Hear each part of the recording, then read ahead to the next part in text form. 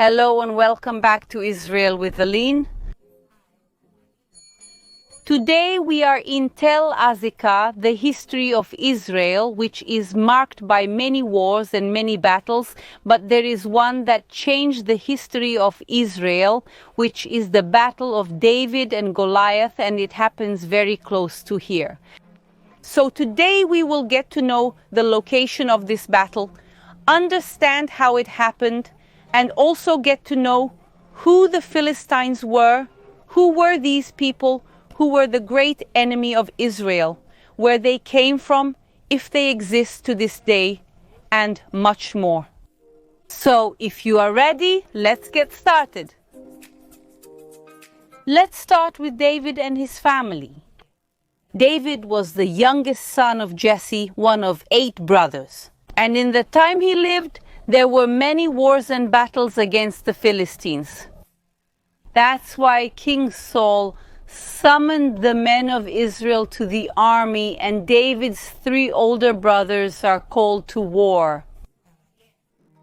And after a short time, Jesse calls David and hands him grains and bread, and tells him to take this as food for his brothers who were in the camps. And then David arrives with the grains and bread here in the Oak Valley, where the camp of the people of Israel was located, and he asks them, what is happening? Have we already won the war? What is happening at this moment in the battle with the Philistines? And then they tell about the challenge that the Philistines made. On the Philistine side was Goliath, a huge man with great military training, and he challenges anyone from the people of Israel. And whoever won this battle, the people would have to be servants of the other people. That is, if the people of Israel won, the Philistines would be subordinate to the people of Israel. But also, the opposite could happen. And remember that the chance of winning over Goliath is very small. He was prepared in war, he had very good military training. And that's why no one from the people of Israel volunteered to fight. And then David, this boy so young who wasn't even part of the Israel army, volunteers to fight.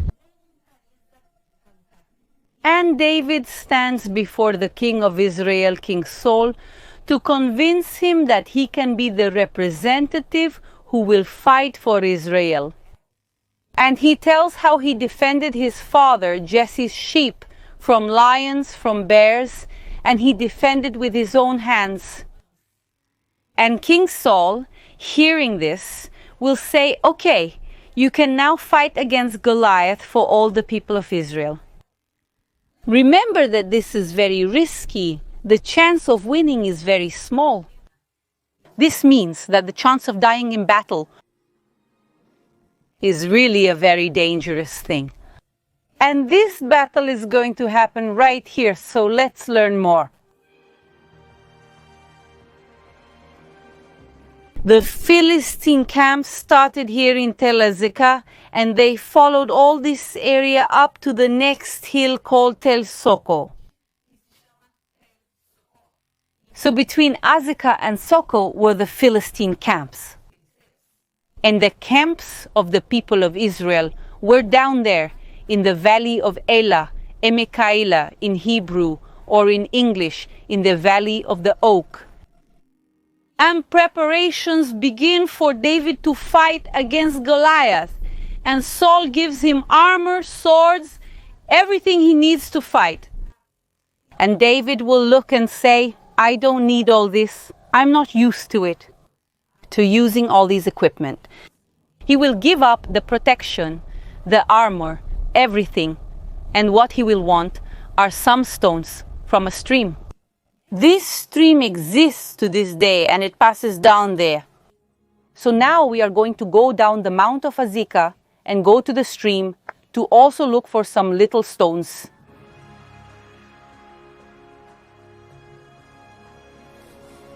We have now descended into the valley of Elah, and right here beside us is the stream, but there is no water here. Aline, How are you talking about a stream?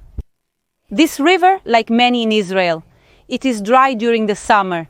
And folks, we are in the middle of summer. It is over 40 degrees here now, so in the summer it is dry. In the winter, which is the rainy season, it fills up with water. And since we are in the summer, it has been months since it rained here. The river dries up and all this vegetation grows, but the stones continue there inside. So we are now going to go down together. Let's go. Well, at this time of year, with all the vegetation, it's a bit challenging. But we are now inside this stream again. We see that it is dry, but we can look at the ground. See that it is covered with stones, where David will come to gather 5 of these stones to put in the sling to face Goliath. Walking here, I want you to look down with me and see the pebbles, see these stones. The stones are rounded because of the river. The water that passes by rolls them and they become rounded in shape. There are stones from very small to very large, but the rounded shape is ideal for use in a sling. Folks, don't be fooled sometimes by images that depict David with a slingshot. What he used was a sling. That's why he specifically chooses this type of stone. And now little David stands before Goliath. Goliath looks at the boy, and it is written in the Bible that Goliath despises David because he was young, red-haired, and also of a gentle appearance. He imagines, out of all the people of Israel, the best person you could find is this boy. And David's response is fantastic. As it is written in 1 Samuel 17:45. However, David said to the Philistine, "You come to me with a sword and with a spear and with a shield, but I come to you in the name of the Lord of hosts, the God of the armies of Israel, whom you have defied." And David, with his 5 stones taken from this river, and as we know from the biblical narrative, he will put the stones in the sling, throw it at Goliath, hit him directly, and he will fall face down. And then David takes Goliath's head as a trophy. Despite all of Goliath's preparation, David had God on his side, as he very well knew. So let's now go up a bit more and learn a little more about the valley of Elah and the history of who these Philistines are. Let's go! The story goes back 200 years ago, when these people start to invade the land. Coming from where? From Kaftor. We know this because of the book of Amos. Where is Kaftor? According to that, it's part of Greece. So these people coming from what is part of Greece. So these people coming from southern Europe come and start to settle on the coast of Israel. And in the same years, the people of Israel are returning to their land. Returning from where? Returning from Egypt. After 400 years of slavery and another 40 years in the desert, the people finally arrive. So the two peoples enter at the same time, and that's why the battles begin. Each one wants to be the owner of this land, and the Philistines begin to conquer a very important region. The region that goes from the southern coast, nowadays the Gaza zone, up to the Tel Aviv zone. To whom had this region been promised? The tribe of Dan, in the division of the lands.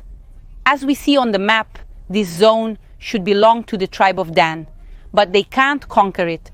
So the tribe of Dan goes to look for another land that will be in the far north of Israel, where today is the city of Tel Dan. And in a short time, the Philistines became Israel's greatest enemy and will compete for centuries for control of this land. The great battles of the Philistines against the people of Israel are described in the Bible. An example is Samson and Delilah. Another example, as we are discussing, is David and Goliath, but there are so many other passages. And through these passages, we get to know a little about the life and daily routine of the Philistines. For example, about their gods. They worshipped gods from this region. For example, the god Baal and also the god Dagon. Dag is the word used for fish. And by the way, it is the word used in Hebrew to this day as well. It's Dag. And Dagon, this fish god, he was super important to the Philistines. And it makes sense. They were a sea people, sailors, imagine. And they arrived 3,200 years ago from Greece, Cyprus, maybe Turkey, sailing all the way to here. And that's why Dagon, their fish god, here on the channel, even when they steal the Ark of the Covenant and take it to Ashdod, and there they keep the Ark of the Covenant next to a statue of Dagon. And the next day, when they arrive, among other things, Dagon had fallen. The statue had been knocked down, and we also understand that there was a worship of Dagon among them. They lived in 5 main cities: Ashkelon, Ashdod, Gaza, Ekron, and Gath. And Gath was the hometown of Goliath. In Ashkelon, archaeological excavations were carried out in 2016, where a Philistine cemetery was discovered with over 150 skeletons. Of course, genetic tests were conducted, and it was discovered that the deoxyribonucleic acid was originally from Southern Europe, but over time they married and mixed with some local populations. And probably from Kafta. But there are still many mysteries about the Philistines. For example, their language. We don't know what language they spoke. We only know that it was a language that was not Semitic. But the biggest question is, what happened to them? Where are they today? In 735 BC, the Assyrians begin to invade the Philistine zone, and they exile and kill a good part of the population.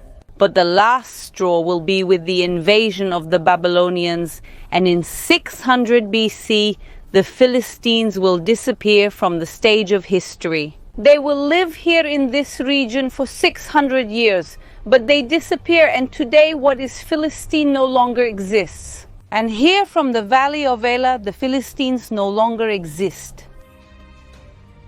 And here from the valley of Elah, the stage of one of the greatest battles in the history of Israel, and a battle that changed the history of the entire region.